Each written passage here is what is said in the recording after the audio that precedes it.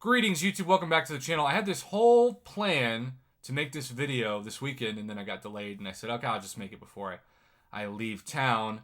And then this news hit, and so I was going to show the game and kind of discuss different aspects of it in this video, and I'll still do that, but I think that this most relevant news is most appropriate to use as the background, the B-roll, as we call it in broadcast, of the backdrop to this.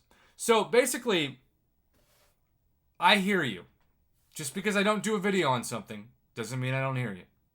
And I have been, I don't know if shock's the right word because I don't, not too many things shock me at this point. I have been frustrated that so many people have reached out to me that have owned both iPhones and Android phones because I will ask the person immediately, what year is your phone? How long have you had it? Both Android and Apple phone users have messaged me in total frustration that in the past 3 to 4 days, and certainly since the week started, and it's only Tuesday, the game has crashed more than ever before. It's unplayable for some of you. My game crashed 6 times in 20 minutes, and after the third time, I decided to document it, and then at one point it crashed twice in the span of 45 seconds, which is a record for me. And again, I use an iPhone 10. It's not the newest iPhone, but it's also not like an ancient iPhone. It's just kind of in the middle. But some of you have told me you use new iPhones and it still crashes, or new Android phones and it still crashes. So all of this is saying that two things are happening that are the reason for this video. The first is something I touched on late last night / early this morning, and that's the Corvus timeout method being taken away. And as an introduction, it's to map 8, and you might say to yourself, well, what's the big deal? How many people are really going to play map 8? Okay, maybe. But at the end of this, it says, now that those additions have been made, map 8 will not allow any champion to survive a timeout when at very low health. For the time being, you will still be able to survive a timeout in map 7 and below, but we will be changing those in the future as well. And so if you can believe that's going to be a change in Alliance Quest, you can believe that's a change in Alliance War, you can believe that's a change in general questing. They could use this as a roadmap for just getting rid of this once and for all. Now, to be clear, that decision is going to anger the player base no matter how the game is operating, because Corvus has been doing this for years. And it seems like they don't talk about it for a while, and you kind of feel like it goes away, and then randomly like this, it'll just drop in our laps.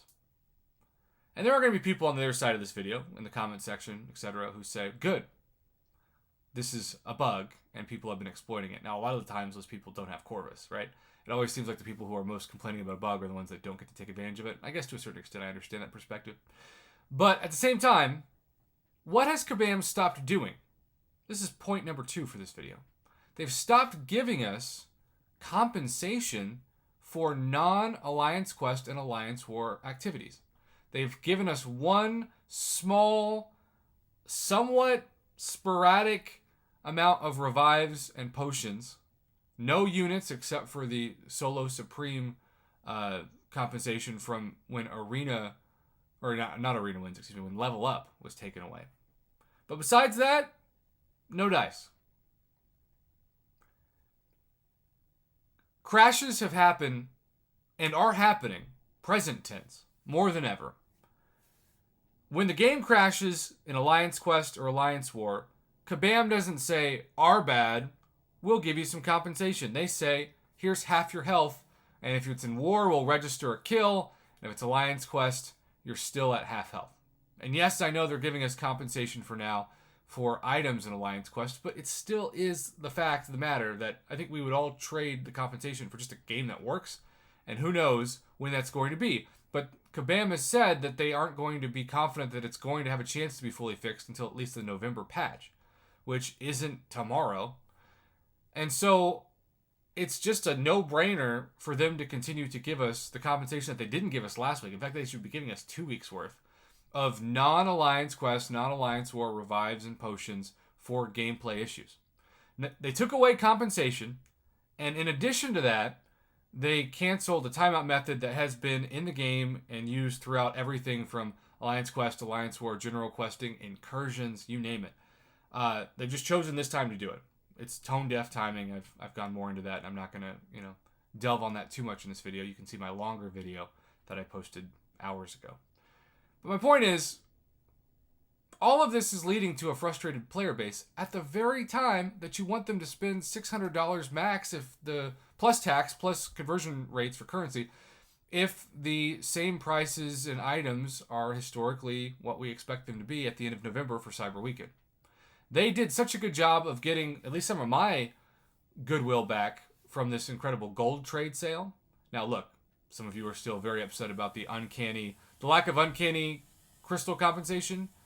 And I totally get that too. But for those of you that weren't affected because of the uncanny crystal compensation or the fact that all your gold was drained for a bug that you didn't even get the crazy objective for ranking up 6-star champions, that's, again, another thread for another time. But all of this is leading to players either wanting to quit, saying I'm going to low spending or free to play, or really quitting. Which is the opposite of what Kabam wants to do at the end of a year that, even though fiscally I'm sure still been fine, it hasn't given them the profits that they've received last year. And you know that that's going to worry some of their Kabam board members. The crashes are historic. The compensation needs to come back. That is the message of this video. If Kabam refuses to do it, I think they're just not going to make nearly as much money in Cyber Weekend.